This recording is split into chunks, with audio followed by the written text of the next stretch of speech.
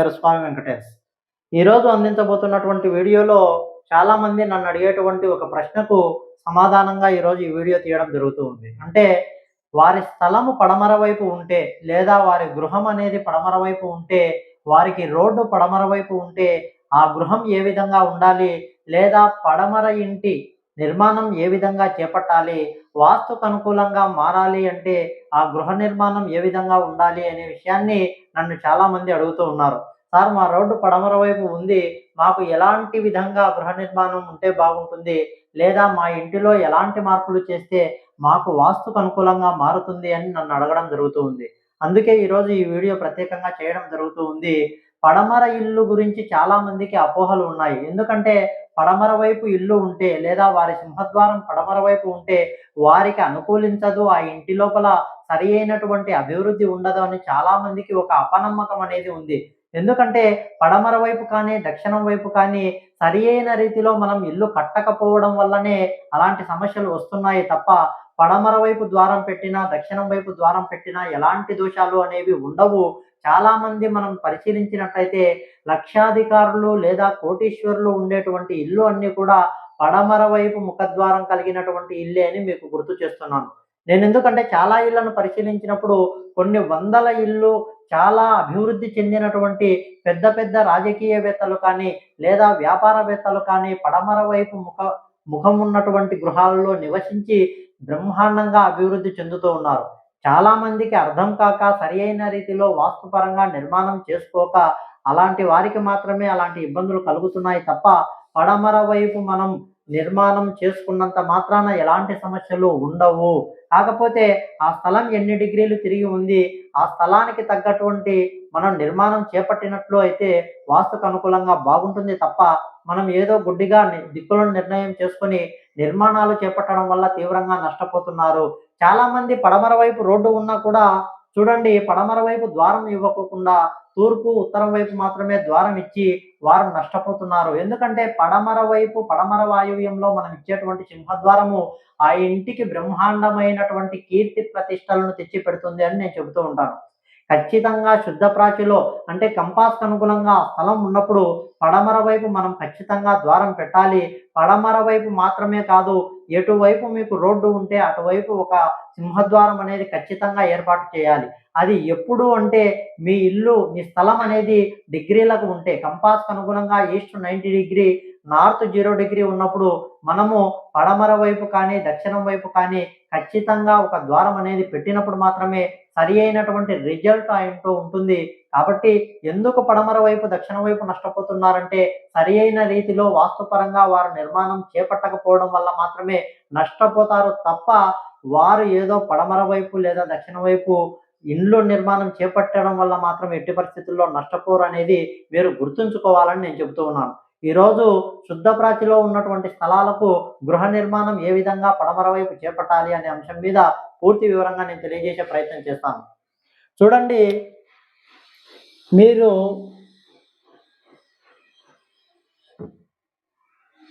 స్థలం అనేది ఈ విధంగా ఉంటే మనకి ఇది నార్త్, ఇది ఈస్టు, సౌత్, వెస్టు అంటే పడమర. ఈ విధంగా పడమర ఉన్నప్పుడు నేను ఎప్పుడైనా చెప్పేది ఈస్ట్ 90 డిగ్రీ, నార్త్ 0 డిగ్రీ ఈ విధంగా ఉండేటువంటి నిర్మాణం గురించి ఇప్పుడు చెప్తున్నాను. తర్వాత మీకు ఈ ఇల్లు డిగ్రీలు తిరిగిన తర్వాత ఏ విధమైనటువంటి మార్పులు ఇందులో ఉంటాయి అనే విషయాన్ని కూడా మీకు తెలియజేసే ప్రయత్నం చేస్తాను. మొదటగా మనము ఈ విధమైనటువంటి స్థలంలో ప్రముఖంగా ఇంటి నిర్మాణం చేపట్టేటువంటి విధానము పడమర దక్షిణం వైపు తక్కువ స్థలం అనేది వదిలి తూర్పు మరియు ఉత్తరము మనం షెడ్ బ్యాక్ అనేది ఎక్కువగా తీసుకోవాలి. ఏ ఇంటికైనా ముందుగా మనం తీసుకోవాల్సినటువంటి జాగ్రత్తలు అనేవి తూర్పు ఉత్తర ఖాళీ స్థలాలు ఎక్కువగా ఉన్నాయా లేదా, అంటే చాలా మంది పడమర వైపు మనం ద్వారం పెట్టుకున్నాం కదా, ఇక్కడ షెడ్ బ్యాక్ అనేది ఎక్కువగా వదలాలి అని ఆలోచన చేస్తారు. ఎట్టి పరిస్థితుల్లో ఆ విధంగా చేయవద్దు. ఎందుకంటే మనం చేయవచ్చు, ఎప్పుడు చేయాలి, ఇక్కడి కంటే ఇక్కడ రెండింతల స్థలం, అంటే ఇక్కడ ఉదాహరణగా ఒక 5 అడుగుల స్థలం ఉందనుకుందాం, ఇక్కడ 10 అడుగుల స్థలం తీసుకోవాలి. ఇక్కడ దక్షిణ వైపు 3 అడుగుల స్థలం ఉందనుకుందాం, ఇక్కడ 6 అడుగుల స్థలం మనం తీసుకోవాలి. ఈ విధంగా మనం తీసుకున్నప్పుడు మాత్రమే ఖాళీ స్థలాలు సరైన రీతిలో వదిలి వీటి వల్ల మనకు వచ్చేటువంటి అంటే అభివృద్ధి ఏదైతే ఉంటుందో, తూర్పు ఖాళీ స్థలం లేదా ఉత్తర ఖాళీ స్థలం అభివృద్ధి ఏదైతే ఉంటుందో మన గృహానికి అందుతాయి. కాబట్టి ఈ విధంగా మనం నైరుతి వైపు జరిపి మన ఇంటి నిర్మాణం ఎప్పుడైనా చేయవలసి ఉంటుంది. కాబట్టి మీ రోడ్డు ఏ వైపు అయితే ఉందో ఈ రోడ్డు వైపు అంటే వీలైనంత తూర్పు, ఉత్తరం వైపు మనకు రోడ్లు ఉన్నట్టయితే సాధ్యమైనంత తక్కువగా పడమర వైపు మనం స్థలం అనేది తీసుకుంటాం. సెట్ బ్యాక్ అనేది తీసుకుంటాం. మన ఇల్లు అనేది పడమర వైపు మాత్రమే ఉన్నప్పుడు పడమర 5 అడుగులు సెట్ బ్యాక్ తీసుకుంటే తూర్పు 10 అడుగులు ఉండే విధంగా ఖచ్చితంగా ఈ విధమైనటువంటి స్థలాల సెట్ బ్యాక్ అనేది మనం ఖచ్చితంగా తీసుకోవాల్సి ఉంటుంది. ఇప్పుడు ఈ ఇంటికి మన సింహద్వారం అనేది చూడండి పశ్చిమ వాయువ్యంలో తీసుకోవాల్సి ఉంటుంది. పశ్చిమ వాయువ్యము ఏ విధంగా అంటే మన ఇంటిని మధ్యస్థానంగా చేసినప్పుడు ఈ భాగం నుంచి ఈ భాగం వరకు అంటే ఉత్తరం వైపు తగ్గు భాగం వరకు మనకు ఇది పశ్చిమ వాయువ్యం అవుతుంది. ఇక్కడ సింహద్వారం తీసుకోవాలి. ఖచ్చితంగా మీకు దీనివల్ల సరి అయినటువంటి అభివృద్ధి ఉండాలి అంటే ఖచ్చితంగా ఈ ద్వారానికి ఇక్కడ తూర్పు ఈశాన్యంలో ఒక ద్వారం ఖచ్చితంగా తీసుకోవాలి. ఈ విషయాన్ని చాలా మంది పరిగణలోకి తీసుకోరు. ఏదో మనము అంటే పడమర వైపు రోడ్డు ఉన్నవారు చాలా మంది పశ్చిమ వాయువ్యంలో ద్వారం తీసుకోకుండా ఇలా తూర్పు కానీ ఉత్తరం కానీ తీసుకుంటూ ఉన్నారు. అది తీవ్రమైనటువంటి నష్టాలే. వారికి ఎలాంటి అభివృద్ధి పడమర దిశగా మనకు ముఖద్వారం చేసినప్పుడు మాత్రమే నేను చెప్పేటువంటి ఈ అభివృద్ధి అనేది మీకు కలుగుతుంది. కాబట్టి ఖచ్చితంగా మీరు పడమర వాయువ్యంలో ప్రధాన ద్వారం తీసుకున్న తర్వాత మాత్రమే తూర్పు ఈశాన్యంలో సింహద్వారం తీసుకోండి. ఇది మనకు యోగిస్తుంది అని చెప్తూ ఉంటాను. ఖచ్చితంగా మీకు ఇంకొక ద్వారం చెప్పాలి అంటే ఉత్తర ఈశాన్యంలో కూడా మీరు ద్వారం తీసుకోవచ్చు. ఉత్తర ఈశాన్యంలో మనం ద్వారం తీసుకున్నప్పుడు దక్షిణ ఆగ్నేయంలో కూడా మనం ద్వారం తీసుకోవాల్సి ఉంటుంది. అంటే మాకు ఇది లేకపోయినా సరే ఇబ్బంది లేదా అంటే ఖచ్చితంగా మనం తీసుకోవాల్సి ఉంటుంది. ఎందుకంటే సెట్ బ్యాక్ అనేది మనం ఖచ్చితంగా ఉత్తరం వైపు కూడా తీసుకొని ఉంటాం కాబట్టి ఖచ్చితంగా ఉత్తరం వైపు కూడా ఉత్తర ఈశాన్యంలో సింహద్వారము అనేటువంటిది ఒకటి ఏర్పాటు చేసినప్పుడు మాత్రమే మనకు యోగిస్తుంది. ఒకవేళ మీకు దక్షిణం వైపు ద్వారం తీసుకోకపోయినా ఇబ్బంది లేదు. ఖచ్చితంగా మీరు తీసుకోవాల్సినటువంటి ద్వారాలు పశ్చిమ వాయువ్యము, తూర్పు ఈశాన్యము, తర్వాత ఉత్తర ఈశాన్యము మరొక ద్వారం తీసుకున్నట్లయితే బాగుంటుంది అని నేను చెబుతాను. ఈ ఇంటిని మనం ఒక డబల్ బెడ్రూమ్ ఫ్లాట్‌గా తీసుకున్నప్పుడు ఈ విధంగా మనం తీసుకున్నప్పుడు మీరు ఇక్కడ చూడండి ఇది నైరుతి మాస్టర్ బెడ్రూమ్ చేసుకోవాలి. ఇది మధ్యలో చిల్డ్రన్ బెడ్రూమ్‌గా లేదా ఆగ్నేయంలో మనము ఒక డైనింగ్ రూమ్‌గా మనం తీసుకున్నా ఇబ్బంది లేదు. ఇక్కడ కూడా మనము ఒక బెడ్రూమ్ అనేది తీసుకోవాల్సి ఉంటుంది. ఈ విధంగా డబల్ బెడ్రూమ్ పడమర ఇంటికి ఈ విధంగా తీసుకోవాల్సి ఉంటుంది. ఇంకొక విధంగా కూడా మనం ప్లానింగ్ చేయవచ్చు. మీకు తర్వాత అది కూడా చెబుతాను. ఈ విధంగా 2 బెడ్రూములు మనకి ఇది ఆగ్నేయంలో కిచెను. ఈ విధంగా తీసుకున్నప్పుడు నైరుతి మాస్టర్ బెడ్రూమ్‌కు ఉత్తర ఈశాన్యము, మధ్యలో ఉన్నటువంటి ఈ డైనింగ్ హాల్‌కు లేదా ఇది ఒక బెడ్రూమ్‌కు ఇక్కడ ఉత్తర ఈశాన్యము ఒక ద్వారము, ఖచ్చితంగా కిచెన్‌కు కూడా మధ్య స్థానంలో ఇక్కడ ఉత్తరానికి ఏదైతే మనం ద్వారం ఇచ్చింటామో ఆ ద్వారానికి ఎదురుగా ఒక ద్వారము ఖచ్చితంగా మనం తీసుకోవాలని చెబుతాం. ఈ మధ్యలో ఈ స్థానం అంతా మనం ఓపెన్ ఏరియాగా హాల్‌గా వినియోగించుకోవచ్చు. కాకపోతే ఒక కండిషన్ ఇక్కడ ఏమిటిదంటే ఇంత ఖాళీ స్థలం అనేది హాల్‌గా మనం ఎప్పుడు కూడా వినియోగించవద్దు. ఖచ్చితంగా ఈ మధ్యలో ఇక్కడి నుంచి ఇక్కడి వరకు ఒక ఆర్చ్ లాంటిది డిజైన్ చేసినప్పుడు మాత్రమే మనకు ఇది ఈశాన్యము అంటే మరీ విపరీతంగా మనం మాస్టర్ బెడ్రూమ్ కంటే హాల్ పెంచకూడదు కాబట్టి ఇక్కడ మనము తీసుకునేటువంటి ఆర్చి ఏదైతే ఉందో మధ్యలో హాల్‌కు 2 భాగాలుగా విభజించినట్లయి మనకు ఈశాన్యం అనేది తక్కువగా మనకు ఉంటుంది. నైరుతి అన్నిటికంటే ఎక్కువగా ఉంటుంది. ఇది సరి అయినటువంటి విధానంగా నేను చెప్పడం జరుగుతూ ఉంది. ఇప్పుడు చూడండి ఈ విధంగా మనం నిర్మాణం చేపట్టినప్పుడు ఈ ఇంటికి మెట్లు అనేవి ఎక్కడ ఇవ్వాలి? చాలా మంది పడమర వైపు ఉన్నప్పుడు పడమర నైరుతి మెట్లు ఇస్తూ ఉంటారు. ఇది మనలను ఎంతో నష్టపరుస్తుంది అని నేను చెబుతూ ఉంటాను. నైరుతి మెట్లు అనేవి మనకు పెద్దగా అనుకూలించడం లేదు. మనకు ఎలివేషన్‌కు బాగుంటుంది. లేదా మనకు చూడడానికి ఇంటి ముందర అందంగా ఉంటుంది అనే ఒకే ఒక్క ఆలోచనతో చాలామంది ఈ విధంగా వేస్తూ ఉన్నారు. దీనివల్ల మనకు నష్టం లేకపోయినా సరి అయినటువంటి ఫలితాలనేవి నైరుతి మెట్ల గుండా రావడం లేదు కాబట్టి మనము ఈ విధంగా నైరుతిలో మెట్లు ఇచ్చేదానికంటే ఇది శుద్ధ ప్రాచిలో ఉన్నప్పుడు తూర్పు ఆగ్నేయంలో కానీ లేదా ఉత్తర వాయువ్యంలో కానీ మనం మెట్లు ఇచ్చినట్లయితే ఇది సరి అయిన స్థానంగా నేను చెబుతూ ఉంటాను. కాబట్టి ఈ విధంగా 90 అంటే కంపాస్‌కి అనుగుణంగా ఈ ఇల్లు ఉన్నట్లయితే, ఈ విధంగా మనం తీసుకున్నట్లయితే బాగుంటుంది. ఈ ఇంటికి మనం గేటు ఇచ్చేటువంటి విధానం కూడా చూడండి, ద్వారానికి ఎదురుగా ఖచ్చితంగా ఒక గేటు ఇవ్వాలని చెబుతూ ఉంటాను. ఎప్పుడు ఈ ఇల్లు శుద్ధ ప్రాచిలో ఉన్నప్పుడు, కంపాస్‌కి అనుగుణంగా ఈ స్థలం ఉన్నప్పుడు, ద్వారానికి ద్వారం ఎదురుగా ఖచ్చితంగా ఒక గేటు ఇవ్వండి. అప్పుడే మనకది మంచి ఎనర్జిటిక్‌గా ఉంటుంది. అదే విధంగా మనం పార్కింగ్ ఏరియాగా మనం ఉత్తర ఖాళీ స్థలాన్ని వినియోగించుకోవచ్చు. పశ్చిమ వాయువ్యంలో మరొక పెద్ద గేటు తీసుకున్నట్లయితే ఇది పార్కింగ్ ఏరియాగా మనకు వినియోగపడుతుంది, ఉపయోగపడుతుంది అని నేను చెప్తూ ఉంటాను.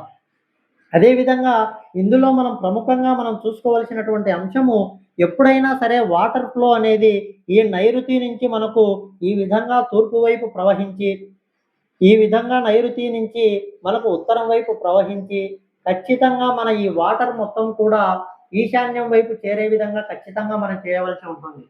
అంటే మన ఇంటి చుట్టూ పడేటువంటి రెయిన్ వాటర్ అంటే వర్షపు నీరు ఏదైతే ఉంటుందో, ఎలాంటి నీరైనా సరే ఈ పై భాగం నుంచి తగ్గు భాగం ఈశాన్యం వరకు ప్రవహించే విధంగా ఉన్నప్పుడు, ఈ చుట్టుపక్కల నుంచి వచ్చేటువంటి ఎనర్జీ ఏదైతే ఉందో, మంచి పాజిటివ్ ఎనర్జీగా మారి మన ఇంటి చుట్టూ నీటి ప్రవాహం ఎప్పుడైతే ఉంటుందో, అది మంచి దిశలో ప్రవహించినప్పుడు మాత్రమే మనకు అందుతుంది కాబట్టి, ఈ విధంగా నీటి ప్రవాహం అనేది కూడా మనము చాలా జాగ్రత్తగా చేసుకోవాల్సి ఉంటుంది. చాలామంది వాయువ్యంలో మీకు ఇప్పుడు చెప్పేటువంటి విధానంలో అంటే ముఖ్యంగా వాయువ్యంలో బెడ్రూమ్ రావాలి అనే ఆలోచన చేస్తారు.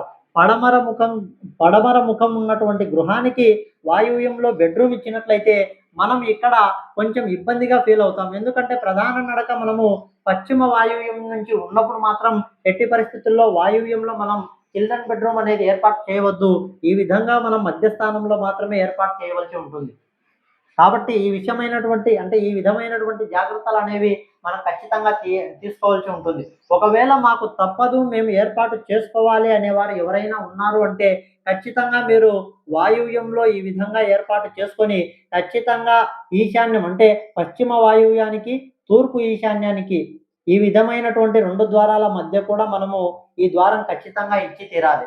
ఈ విధమైనటువంటి ద్వారాలు ద్వారానికి ద్వారం ఎదురుగా ఉన్నప్పుడు మనకు సరి అయినటువంటి అభివృద్ధి లేదా సరి అయినటువంటి ద్వారాల నియమాలు వాస్తు ప్రకారము పాటించిన వారం అవుతాము. కాబట్టి ఈ విధంగా మనం నిర్మాణం చేసుకోవచ్చు. ఎలాంటి ఇబ్బంది ఉండదు. తర్వాత మనం చెప్పవలసినటువంటి అంశం ఇందులో ఏదైనా ఉంది అంటే బోరు లేదా సంపు. మీరు గమనించండి, ఎప్పుడైనా సరే మనం బోరు, సంపు ఈశాన్యంలో మాత్రమే తీసుకోవాలని చెబుతూ ఉంటాం.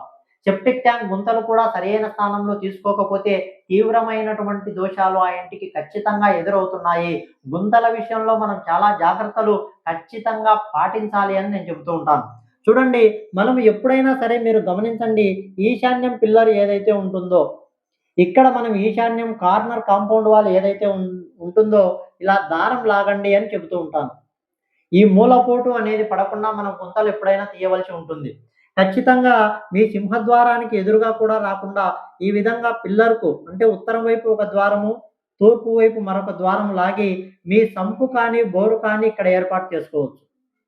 వీటికి ఇది సరియైనటువంటి ప్రాంతము. చాలామంది ఈశాన్యమే కదా అని ఈ మూలలో తీస్తున్నారు. దీనికి మూలపోటుగా మారి మనకు ఆ ఇంట్లో ఈశాన్య దోషాలు కలగడానికి ఆస్కారం ఎక్కువగా ఉంటుంది అని నేను చెప్తూ ఉంటాను. కాబట్టి ఇలాంటి పొరపాటు కూడా మనం చేయకుండా మన ఇంటి నిర్మాణం చేపట్టే ముందే ఇలాంటి ప్లానింగ్ మనం తీసుకున్నప్పుడు మాత్రమే ఖచ్చితంగా ఈ బోర్ అనేది ఎక్కడ వస్తుంది, ఈ మూలపోటు మనం రాకుండా ఏ విధంగా చేసుకోవాలి అనేసి మనం 1కి 2 తూర్లు ఆలోచన చేసి మాత్రమే సంపు, బోరు అనేది తీసుకుంటే బాగుంటుందని నేను చెప్తూ ఉంటాను. తర్వాత సెప్టిక్ ట్యాంక్ అనేది చాలా జాగ్రత్తగా ఆలోచన చేయాలి. ఎందుకంటే ఈస్ట్ 90 డిగ్రీ అంటే శుద్ధ ప్రాచిలో ఉన్నటువంటి గృహాలకు ఎప్పుడైనా సరే మీ ఇంటిని 9 సమభాగాలు చేసుకోమని నేను చెబుతూ ఉంటాను. 9 సమభాగాలు చేసుకొని 2 భాగాలు ఆగ్నేయం ఇక్కడైతే ఏదైతే ఉంటుందో ఈ 2 భాగాల ఆగ్నేయాన్ని వదిలి తూర్పు మధ్యస్థానంలో మాత్రమే తీసుకోవాలి అని చెబుతూ ఉంటాను. మరియు తూర్పు ఈశాన్యాన్ని 2 భాగాలు వదిలి ఉన్నటువంటి మధ్యస్థానం ఏదైతే ఉంటుందో 5 స్థానాలలో మాత్రమే మనము సెప్టిక్ ట్యాంక్ గుంతలనేవి తీసుకోవాలి. అదేవిధంగా ఉత్తర వాయువ్యంలో 2 భాగాలు వదిలిపెట్టి, ఉత్తర ఈశాన్యం 2 భాగాలు వదిలిపెట్టి, ఈ మధ్యస్థానము అంటే తూర్పు మధ్యస్థానం 5 భాగాలలో మాత్రమే మనం తీసుకోవాలి. ఎట్టి పరిస్థితుల్లో ఇందులో మనం పాటించవలసినటువంటి నియమము ఇక్కడ వచ్చేటువంటి ప్రధాన ద్వారానికి ఎదురుగా కానీ, అంటే ఉత్తర ఈశాన్యంలో ద్వారానికి ఎదురుగా, తూర్పు ఈశాన్యంలో ద్వారానికి ఎదురుగా ఎట్టి పరిస్థితుల్లో ఈ గుంతలు అనేవి మనం రాకుండా జాగ్రత్త పడాలి అని నేను చెబుతూ ఉంటాను.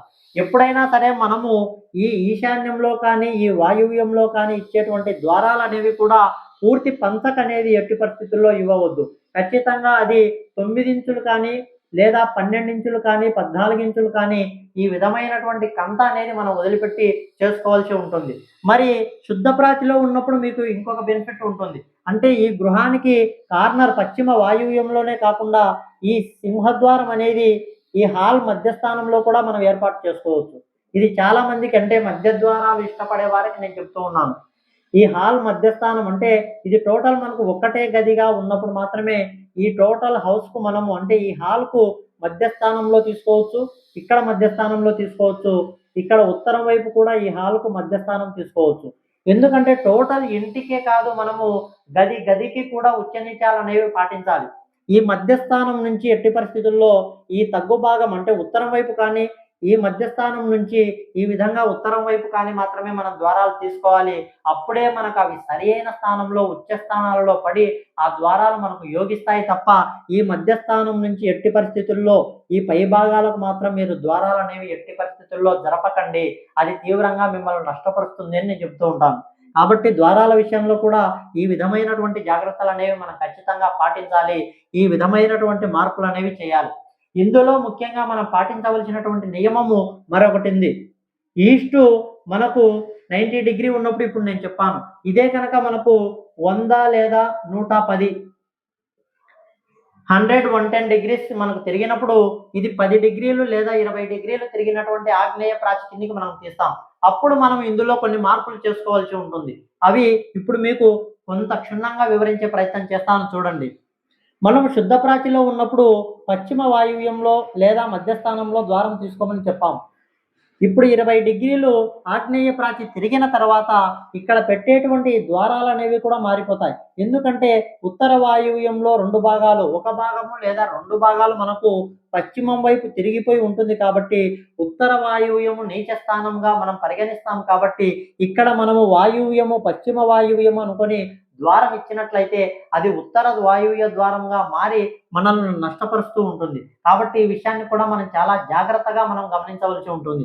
అందుకే నేను చెప్పేది 20 డిగ్రీలు తిరిగిన తర్వాత సాధ్యమైన అంటే 10 డిగ్రీలు తిరిగిన తర్వాత ఒక భాగం వాయువ్యాన్ని మనం వదిలిపెట్టి ఇంటికి ఎంతవరకు వచ్చిందో దానిని వదిలిపెట్టి మనం ద్వారం తీసుకున్నట్లయితే అది కరెక్ట్‌గా ఉంటుంది. అప్పుడు మనము ద్వారానికి ద్వారం ఎదురుగా ఉండాలి అన్నటువంటి నియమం అనేది కొంచెం మారుతుంది. ఎందుకంటే డిగ్రీలు తిరిగిన తర్వాత ద్వారానికి ద్వారం ఎదురుగా ఎట్టి పరిస్థితుల్లో రావు. ఎందుకంటే ఒకవైపు ఉచ్చ స్థానంలో ఉంటే మరొక వైపు నీచ స్థానం అనేది తిరిగిపోయి ఉంటుంది కాబట్టి ఒక ద్వారం ఉచ్చంలో పడుతుంది. మరొక ద్వారం నీచంలో పడుతుంది కాబట్టి అప్పుడు మనం ద్వారానికి ద్వారం ఎదురుగా పెట్టేటువంటి విధానము మనకు అనుకూలించదు. ఒక భాగం తిరిగినప్పుడు మాత్రమే మనము ఈ హాల్‌కు మధ్యస్థానంలో పెట్టుకుంటే బాగుంటుంది. లేదా ఒక 20 డిగ్రీలు తిరిగిందనుకోండి, అప్పుడు మనం పశ్చిమం వైపు ద్వారమే ఇవ్వకుండా ఉన్నా మంచిదే. ఎందుకంటే 20 డిగ్రీలు తిరిగిన తర్వాత పూర్తిగా హాల్‌ను కూడా దాటిపోయి మన ఉచ్చస్థానం తిరిగి ఉంటుంది కాబట్టి మనం పడమర వైపు అప్పుడు అనుకూలించడం లేదు. ఆ విధంగా డిగ్రీలు తిరిగిన తర్వాత పడమర వైపు ఎవరైనా సరే ద్వారం పెట్టుకున్నారు అంటే వారు తీవ్రంగా నష్టపోతారు. ఖచ్చితంగా పడమర వైపు ఇల్లు ఎందుకు అనుకూలించవు అంటే ఈ విధంగా డిగ్రీలు తిరిగిన తర్వాత పడమర వైపు ముఖద్వారం చేసుకున్నటువంటి ఇల్లు మాత్రం తీవ్రంగా నష్టపోతున్నాయి. అప్పటికి వారికి యోగించేటువంటి ద్వారం ఏదైనా ఉందంటే ఉత్తరం వైపు మాత్రమే మనం తీసుకోవాలి. ఉత్తర మధ్యస్థానం నుంచి ఈ తగ్గు భాగానికి ఇచ్చేటువంటి ద్వారం ఏదైతే ఉందో ఇది కరెక్ట్‌గా అంటే ఉత్తరం వైపు మనకు పూర్తిగా ఆగ్నేయ ప్రాచికి ఈశాన్యం 4 భాగాలు తిరిగిపోయి ఉంటుంది. ఇక్కడ ద్వారం ఇచ్చినట్లయితే ఇది మంచి చేస్తుంది. ఇది మనకు అనుకూలిస్తుంది. తూర్పు వైపు కూడా మనం సాధ్యమైనంత వరకు ద్వారం అనేది ఎప్పుడు కూడా ఈ కార్నర్‌కు జరిపి పెట్టుకోవాల్సి ఉంటుంది. ఎందుకంటే ఎన్ని డిగ్రీలు తిరిగినా సరే అంటే ఒక 20 డిగ్రీల వరకు మనం తిరిగినప్పుడు తూర్పు వైపు కార్నర్ ఒక 9 ఇంచుకంత మాత్రమే వదిలిపెట్టి తూర్పు ద్వారం అనేది కూడా మనం పెట్టుకుంటే బాగుంటుంది. పడమర రోడ్డు ఉన్నా సరే డిగ్రీలు 20 డిగ్రీలు దాటి తిరిగినటువంటి ఇల్లు ఏవైతే ఉన్నాయో, స్థలాలు ఏవైతే ఉన్నాయో పడమర వైపు మనం ద్వారం అనేది ఇవ్వకూడదు. ఇచ్చినట్లయితే అది తీవ్రంగా నష్టం చేస్తుంది అని నేను చెప్తూ ఉంటాను. కాబట్టి ఈ విధంగా డిగ్రీలు తిరిగిన తర్వాత సెప్టిక్ ట్యాంక్ గుంతలు మారిపోతాయి. బోరు తీసుకునేటువంటి స్థానాలు మారిపోతాయి. ఇవన్నీ కూడా పూర్తిగా డిగ్రీలు తిరిగిన తర్వాత మారిపోతాయి. మనం 90 డిగ్రీ ఉన్నప్పుడు నేను చెప్పినటువంటి విధానాన్ని ఖచ్చితంగా ఎక్సలెంట్‌గా ఇటువంటి ప్లానింగ్ మీరు తీసుకుంటే బ్రహ్మాండంగా రాణిస్తుంది అని నేను చెప్తూ ఉంటాను. డిగ్రీలు తిరిగిన తర్వాత మాత్రమే చాలా వరకు మార్పులు ఉంటాయి. మనం విడిచేటువంటి ఖాళీ స్థలాలు కూడా మారిపోతూ ఉంటాయి. కాబట్టి ఈ విషయాన్ని దృష్టిలో పెట్టుకొని పడమర వైపు లేదా దక్షిణం వైపు ఇల్లు మాత్రము ఎట్టి పరిస్థితుల్లో నష్టం చెయ్యవు. ఇది మీరు చాలా జాగ్రత్తగా గుర్తుపెట్టుకోండి. అవి నష్టం చెయ్యవు. ఎందుకంటే మనం సరి అయినటువంటి వాస్తు ప్లానింగ్ డిగ్రీలు తిరిగిన తర్వాత మాత్రమే సరి అయినటువంటి నిర్మాణం మనం చేపట్టకపోవడం వల్ల మాత్రమే అవి నష్టం చేస్తున్నాయి తప్ప మనం శుద్ధ ప్రాచిలో ఉన్నప్పుడు ఈ చెప్పినటువంటి విధానాన్ని మీరు పాటించి బ్రహ్మాండంగా ఇంటి నిర్మాణం చేపట్టవచ్చు. దానివల్ల ఎలాంటి సమస్యలు రావు. కాబట్టి డిగ్రీలు తిరిగిన తర్వాత చేపట్టేటువంటి నిర్మాణము పొరపాటుగా ఉంటుంది. చాలా మందికి తెలియక నష్టపోతున్నారు. కాబట్టి ఏ ద్వారం ఎక్కడ పెట్టాలి, ఏ విధంగా పెట్టాలని తెలియక, గుంతలు తీసుకునేటువంటి స్థానాలు తెలియక డిగ్రీలు తిరిగిన తర్వాత ఇబ్బంది పడుతున్నారు. కాబట్టి వాస్తుపరమైనటువంటి లాభాలు అలాంటి వారికి అందడం లేదు. వారేదో పడమర వైపు దక్షిణ వైపు ఇల్లులు అనుకూలించవని మాత్రమే అనుకుంటున్నారు. ముఖ్యమైనటువంటి విషయము చూడండి, ఒక గృహ నిర్మాణం పడమర వైపు కానీ దక్షిణం వైపు కానీ చేపట్టే ముందర ఇంటిని అనుసరించి మాత్రమే చేయండి. ఈ విధమైనటువంటి నిర్మాణం ఖచ్చితంగా పాటించాలి. ఎందుకంటే ఇక్కడ ఉన్నటువంటి ఈ ఇల్లు ఏదైతే ఉందో, ఒక ఇల్లు వెనక్కి ఉందనుకోండి, ఒక అడుగు మీరు ముందుకు రావడం జరిగితే ఇక్కడ నుంచి వచ్చేటువంటి ఈ రోడ్ అనేది ఏదైతే ఉందో, ఈ రోడ్డు ఖచ్చితంగా ఈ నైరుతి కార్నర్‌కు తగులుతూ ఉంటుంది. దీనిని పోటు అంటే నైరుతి వీధి పోటుగా మనం పరిగణలోకి తీసుకుంటాం. పడమర వైపు ఇల్లు ఎట్టి పరిస్థితుల్లో పక్కింటిని దాటి వచ్చిందా మిమ్మల్ని నష్టపరుస్తుంది. నైరుతి వీధి పోట్లు తీవ్రమైనటువంటి నష్టాలకే మిమ్మల్ని గురి చేస్తాయి. కాబట్టి పక్కింటిని అనుసరించి మాత్రమే మీరు దారం లాగి మరి ఇంటి నిర్మాణం చేపట్టండి.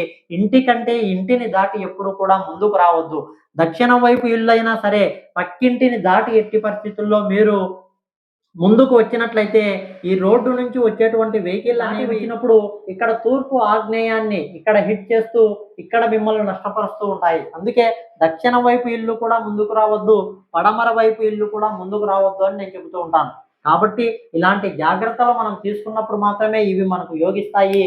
అంతేకాని గుడ్డిగా మనం దిక్కులను నిర్ణయం చేసుకొని నిర్మాణాలు చేపట్టినట్లయితే తీవ్రంగా నష్టపోతారు.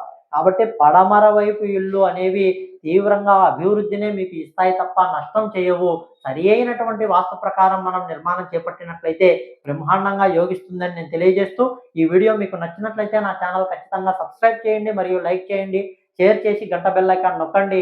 నా వాస్తు విజిటింగ్ ఎవరికైనా సరే అవసరమైతే ఈ క్రింది వాట్సాప్ నెంబర్ ద్వారా నన్ను సంప్రదించండి. మీకు మరింతగా మంచి ప్లానింగ్ కానీ లేదా మీకు మంచి వాస్తు సలహాలు కానీ నేను ఇచ్చేందుకు సిద్ధంగా ఉంటాను. వాట్సాప్ నెంబర్ ద్వారా మాత్రమే కాంటాక్ట్ అవ్వండి. నా పేరు స్వామి వెంకటేష్. నమస్కారం.